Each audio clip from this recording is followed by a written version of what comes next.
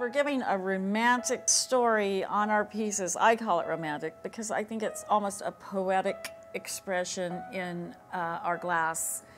Instead of words, it's a feeling, but we're telling the story around the piece with our design.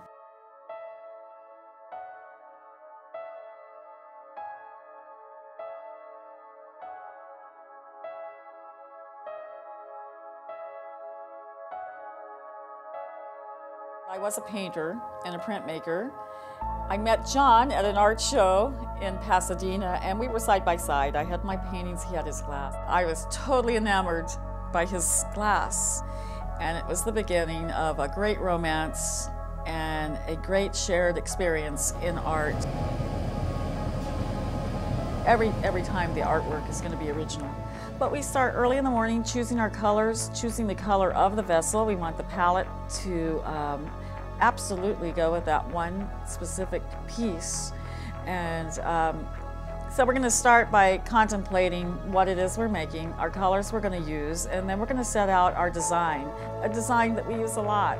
And we can change it up. We can change it up with other designs. But we're sure of ourselves. We're sure basically of what we're going to get because we make so many pieces.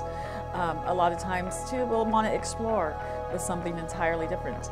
But it allows us to get out of our own way and to make our art without having to reinvent the wheel every single day.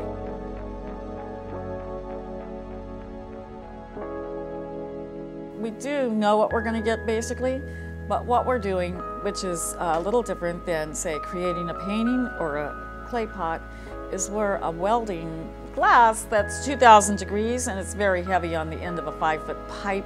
And we're harnessing that energy and that hot molten media and making it respond to our will with our bare hands on the 2,000 degree surface. More or less, we have to have our design ready to go. We have to have things planned out. We know seconds make a difference. And we're not only making the piece, we're counting, we're timing, we're listening for the pitch of the glass when we ding it on the metal table that we have our design on, which has been waiting for that piece in the middle of the process because no time to design at that point. It's got to be ready to go. So once we take our last gather of crystal over our bubble, we're going to roll it into that design and let that spontaneity occur within boundaries of our design. So we're making choices at that moment, but we're also planning it out well before we begin. And that's halfway through.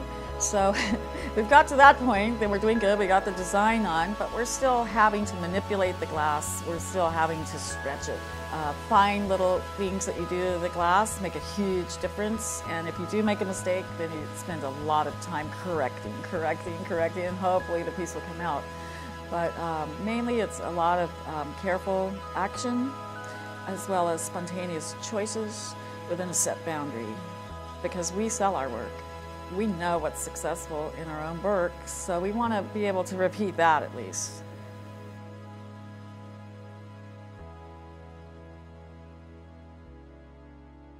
We really can sit back and drink our coffee and just laugh and have a good time the next day when we come out to our annealing oven, which lets that glass vessel drop down slowly overnight. We can take that out, and sometimes it's really hot, but I'll take them back into the house and then I'll just sit down and look at each one because I want to understand the story that I've created. I've put all the ingredients together to make a beautiful garden of ideas. So then I'm going to take that in, I'm just going to study what happened in that glass, what happened to that design because of its molten quality, because of its actual characteristics, and begin to study it and enjoy it. My favorite part of the piece is to then bring it to an art show and have people tell me what they think of it. And I would say that's my real favorite part, beyond being an artist able to make one's work and be a terrible boss on myself, because I am able to you know, just be a slave driver on my own self because they're my rules. I make them up. So I am going to work hard to make that piece work. And but so the fun time is just actually presenting it to the public and selling it.